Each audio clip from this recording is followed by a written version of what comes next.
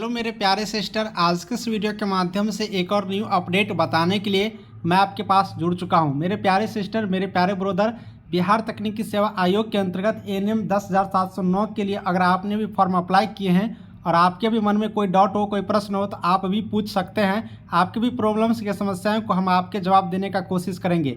Official जानकारी tab का notice दिखा देते हैं। जो आपने प्रश्न पूछा उसी का आंसर देने के लिए आया हूं। तो चलिए, आपने जो कमेंट किया है और वो कमेंट बहुत ही इम्पोर्टेंट है, सबके लिए जानना जरूरी है। तो चलिए उस कमेंट पर चलते हैं, उस प्रश्न को देखते हैं और सॉल्व करते हैं आपकी समस्याओं को।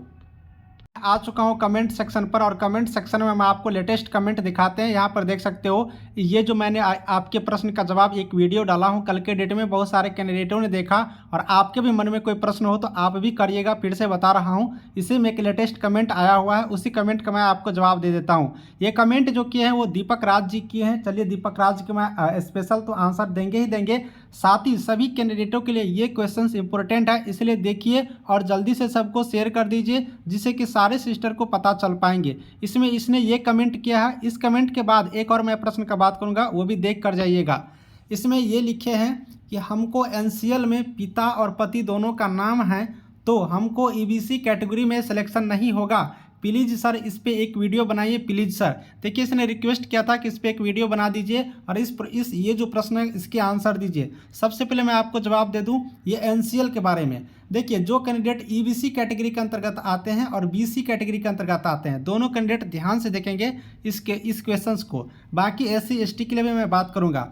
ये एनसीएल किसके लिए ज़रूरी है, तो ईबीसी कैटेगरी के लिए और बीसी कैटेगरी के लिए जो भी कैंडिडेट है उसके लिए एनसीएल की जरूरत है। देखिए, एक होता है सिंपल जाति प्रमाण पत्र, एक होता है नॉन क्रीमिलेयर प्रमाण पत्र, जिसे नॉन क्रीमिलेयर प्रमाण पत्र को हम एनसीएल शॉर्टकट में बोलते हैं। अब देखिए, ये नॉन क्रीमिलेयर जो होता है, ये नॉन क्रीमिलेयर को एनसीएल बोलते हैं और ये नॉन क्रीमिलेयर एनसीएल ईबीसी और बीसी को बनाना था। जाति प्रमाण पत्र डालने का यहाँ पर जरूरत नहीं था, सिर्फ एनसीएल यहाँ पर डालना था। लेकिन बहुत सारे कैंडिडेट क्या है कि जाति प्रमाण पत्र डाल दिए हैं, इसके जगह पर एनसीएल नहीं डाले हैं। अब देखिए, जो कैंडिडेट जाति प्रमाण पत्र डाले हैं उन सारे कैंडिडेट को अगर डिपार्टमेंट चाहेंगे तो उनको एक बार सुधारने का मौका दे सकते हैं काउंसलिंग के टाइम में। ये बात सही है, क्योंकि पिछले एक वैकेंसी में दिया था, है ना। ये सुधारने का मौका दे सकते हैं, ये डिपेंड करता है डिपार्टमेंट पर।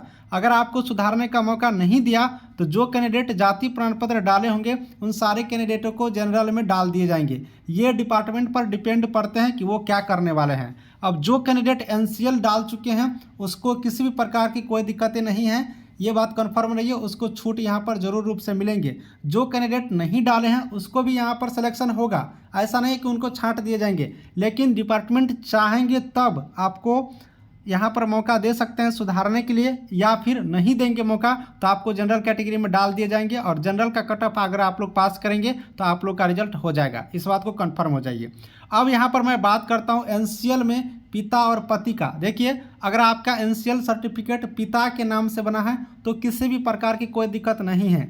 अगर आपके एनसीएल पर पिता और पति दोनों का नाम है फिर भी कोई दिक्कतें नहीं है, लेकिन उस एनसीएल सर्टिफिकेट पर एड्रेस जो लिखा होगा वो एड्रेस आपके पिता के नाम का होना चाहिए। जो आपके मायके है, जो आपके फादर हैं शादीशुदा के लिए, तो जो उनके मायके होगी उसके फादर का जो एड्रेस है उस गांव का पूरा एड्रेस लिखा होना चाहिए, तभी जाकर के आपकी वैल्यू होगा। अगर आप अपने हस्बैंड के एड्रेस पर बना लिए होंगे, हस्बैंड के जो एड्रेस है उसके एड्रेस पर, तो आपके समस्याएं हो सकती है, क्योंकि नियमावली में विज्ञापन में साफ साफ लिखा हुआ है कि पिता के पता पर, पिता के एड्रेस पर आपकी एनसीएल बना होना जरूरी है। तो आप शायद कंफर्म हो गए होंगे जो मैं बता रहा हूं, तो आपके कंफर्म यहां से कंप्लीट हो गया। साथ ही मेरे सिस्टर आपको बता दूं कि दिक्कत किसी को नहीं होगा, वही है कि जो डाले नहीं हैं एनसीएल उसको जनरल में कर सकते हैं। जो पति के नाम से बना दिए हैं उसको भी कोई दिक्कत नहीं है, उसको भी जनरल में डाल दिए जाएंगे, लेकिन हटाएगा किसी को नहीं। जो पिता के नाम से बनाए हैं, पिता के एड्रेस से बनाए हैं और पति का नाम उसमें इंक्लूडिंग है, तो भी कोई दिक्कत नहीं है। उसका तो और अच्छा है कि पिता और पति दोनों का नाम है, लेकिन पिता का नाम होना जरूरी है और पिता के एड्रेस होना जरूरी है, तो ही यहाँ पर वैल्यूएबल आपका होगा, तभी आपके मान्य होंगे। तो आप समझ गए होंगे। इसी तरह से अगर आपके भी माइंड में कोई क्वेश्चंस है, कोई डाउट है, तो आप कमेंट करिए, मैं सारे लोगों का कमेंट पढ़ते रहता हूं। जिन कमेंटों में लगता है कि सबको बताना जरूरी है तो मैं उस पर वीडियो आपके लिए लेकर आता हूं। इसी तरह की नई नई वीडियो पाने के लिए चैनल को सब्सक्राइब करिएगा। टेलीग्राम ग्रुप का लिंक डिस्क्रिप्शन में दोस्तों मेरे प्यारे सिस्टर ज्वाइन करिए, वहाँ से भी हमसे कोई भी बातें पूछ सकती हो। एक और बात बता दो, 1 फरवरी आने वाला है, एएनएम की बेहतरीन तरीके से तैयारी करवाऊँगा, क्योंकि एक नई वैकेंसी आप लोग के बीच बहुत ही जल्दी आएंगे। और 1 फरवरी को मैं आपको डिटेल्स में बताऊंगा कि कब तक वैकेंसी आएंगे, कैसे रणनीति होना चाहिए अभी से कि एएनएम कर रहे सिस्टर, चाहे वो फर्स्ट ईयर को, सेकेंड ईयर को, एएनएम पास आउट हो, सबको यहाँ पर जॉब दिलाने में मदद कर सकूँ।